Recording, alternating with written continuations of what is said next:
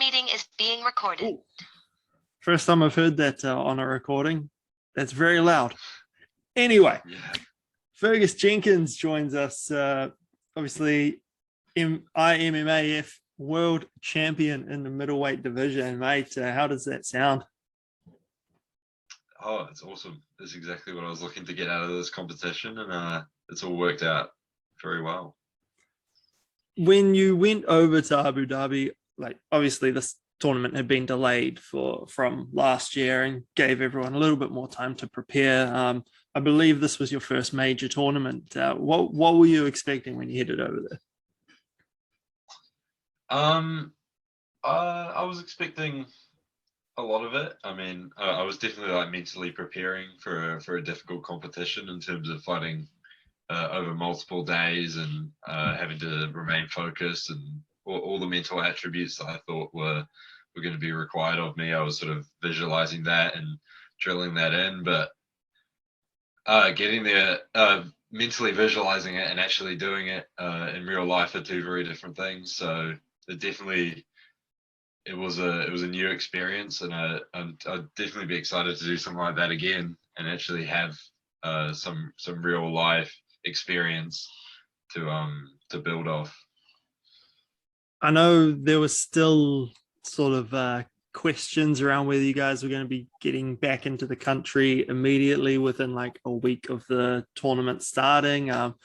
That must have been a little bit stressful, or was it sort of one of those situations where you as a fighter, you got no control over it, you can't really do anything about it one way or the other, so you just ignore it? That's the ideal mindset that you want to have. You know, you don't want to concern, just like what my coach was telling me before the competition. You know, if you can't control it, don't concern yourself with it. Don't let that affect your mindset. But I mean, that's the ideal mindset you want to have. But whether you actually are able to execute that is another story. So I was definitely frustrated at times, and there's definitely a roller coaster. You know, it was on and it was off, and there was a lot of uncertainty. So I think I did a good job overall, you know, staying disciplined, staying focused, but there were definitely moments where it got to me. Were you a little bit confused when you were over there preparing for I think it was your second fight of the tournament, and everyone was saying that you were out of the fight because on the online schedule it had you as, I think it was like a medical reasoning for you not being cleared. Did you see that at all? Yeah. So that was the semifinal match, and so I had realized there was some drama like with it.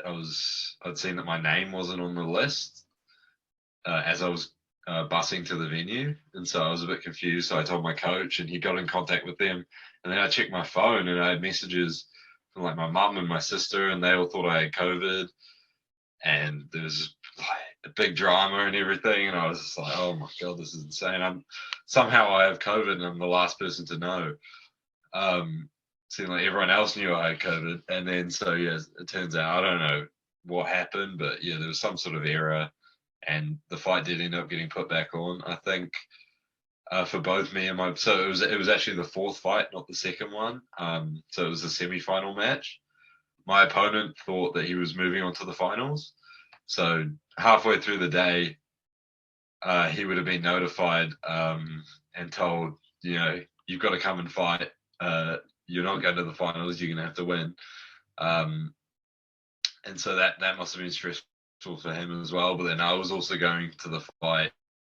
I was just pissed off, and so I don't think either of us were in a great mindset. But you know, it was I guess you just, as you say, you can't control it. You've just got to go in there and perform despite all the obstacles. I know a few people probably weren't aware of who you are heading into the fight, but you definitely made your mark. I know the competitor you beat from Jordan was one of the top seeds in the competition, and you got him out pretty early on. When you look back on your tournament, just how big of an experience was it for you? It was huge. Like as you say, it's not like I was a bit under the radar going in. I'd had some good wins on the domestic circuit, some notable ones, but I'd say definitely in terms of international exposure, I wasn't.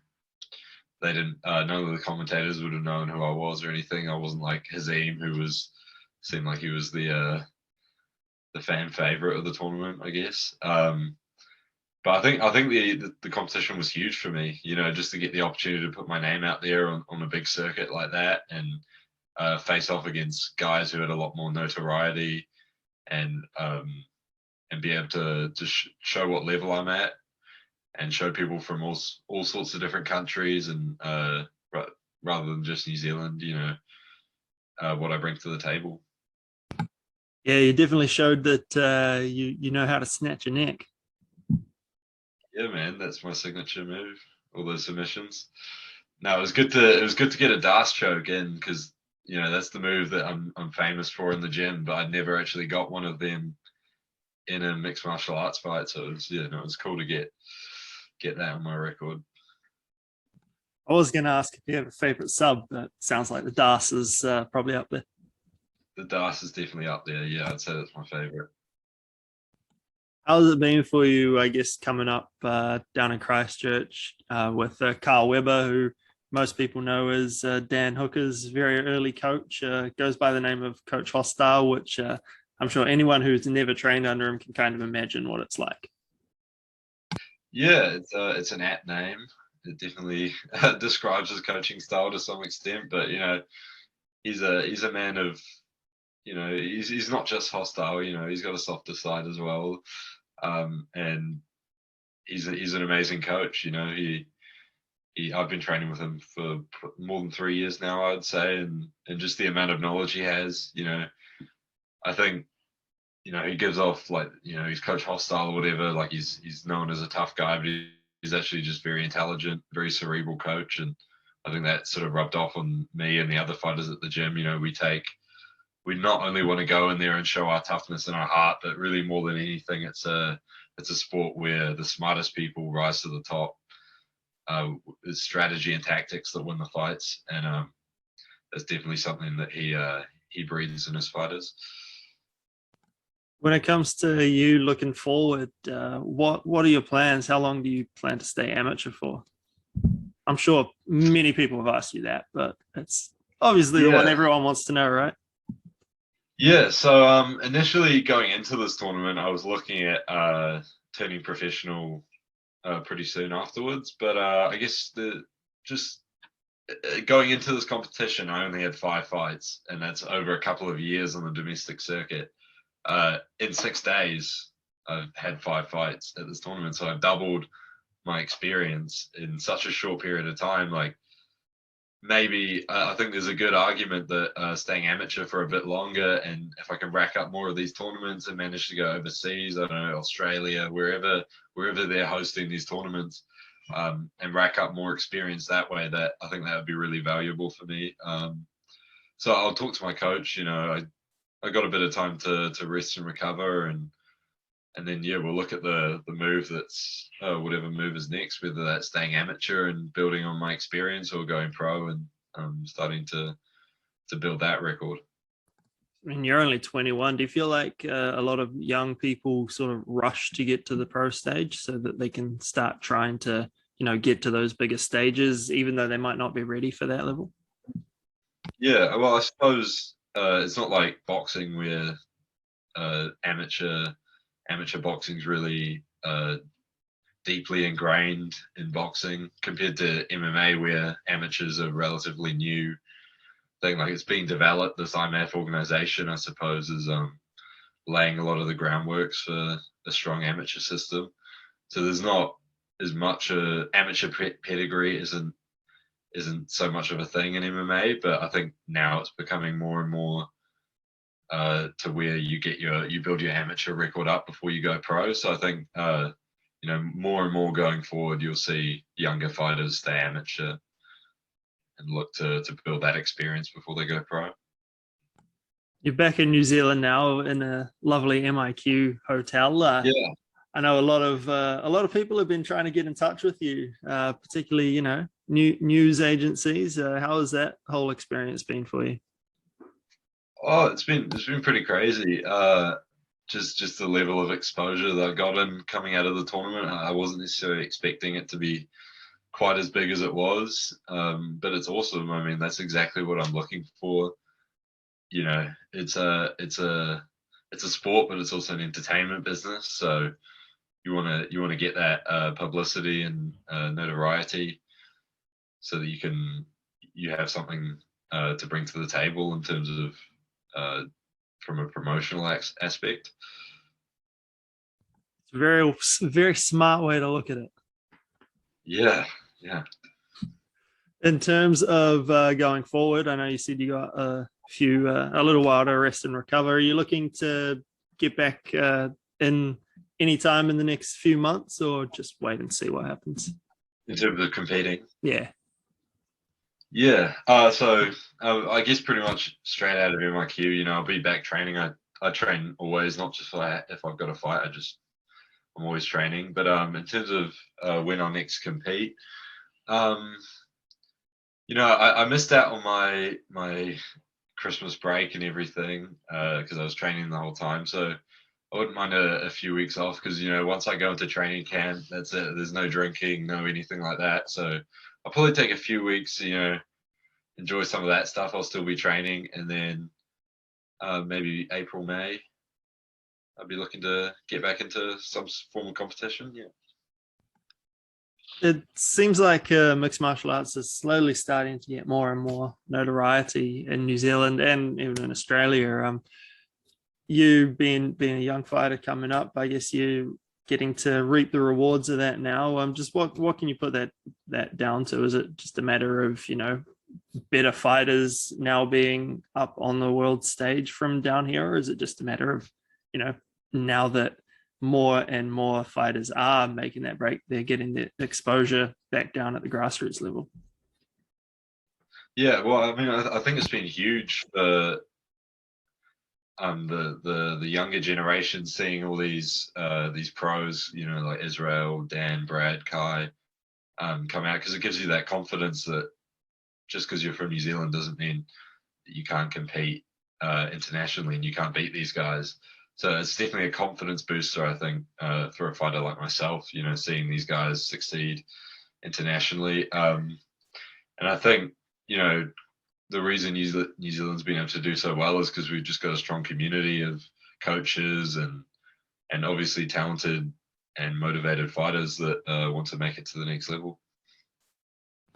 How long have you been training for in mixed martial arts, and what was your first martial arts? Do you come from a grappling sort of background, or were you straight in mixed martial arts from the start?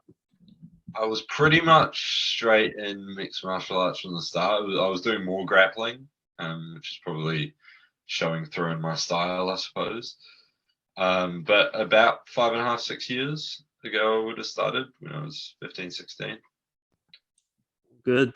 Just lastly, before I let you go, actually, not lastly, I have two things left. The middleweight championship of the world in the UFC is up for grabs in 2 weeks' time. Just from one world champion to another. What are your expectations for that fight? How do you see it going? That sounds good. Yeah, I think that's a great fight. I'm super excited. So I'm excited for that one. I was in attendance at the Marvel Stadium for the first fight, which was awesome to watch. And I think this one will be very different. I think it'll be a lot more competitive. I think, Whittaker's actually got a lot that he can bring to the table. It will be interesting to see if he brings more grappling into the fight and if he's more patient, which is with his style, not rushing in and being too aggressive and playing into Israel's counters. But I think at the end of the day, I think Israel will get it done. I think he's just such an incredibly high level fighter, but I think it'll be a lot more even, and Whittaker will come in with a different strategy. Sweet. And I have a couple of fan questions for you. Hopefully I'm saying this right. Ofu on Twitter wants to know where you see your career heading in the next 5 years, and is UFC sort of the pinnacle of what you want to achieve, or would you be happy, making it with a smaller promotion? Yeah, I'd say the UFC in terms of prestige and yeah, just in terms of prestige, it would be the ideal promotion for me. I'm sure there's other promotions where I could, make good money or whatever, but it's not really, that's not my main motivation. So I'd love to be in the UFC, and I reckon 5 years time, that's a good timeline to where I think around 4 or 5 years time I'd be in the UFC. Sweet. And a little bit of a strange one here. This bloke's known for throwing in some strange questions, but they can be fun. Jack Ken 485300023, who is not a bot, but sounds a lot like one. Do you think warehouse stationery is underrated, perfectly rated, or overrated? Yeah. Why warehouse stationery? I'll never know, but hey.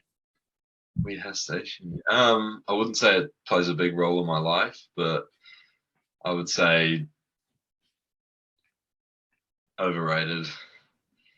Nice. You can get stationery anywhere. Fair enough. That's as good a reason as any. Awesome. Sweet, man. Well, thank you very much for your time. Yeah, we'll leave you on that mind boggler of a question. Thanks, Chris. Cheers. All good, man.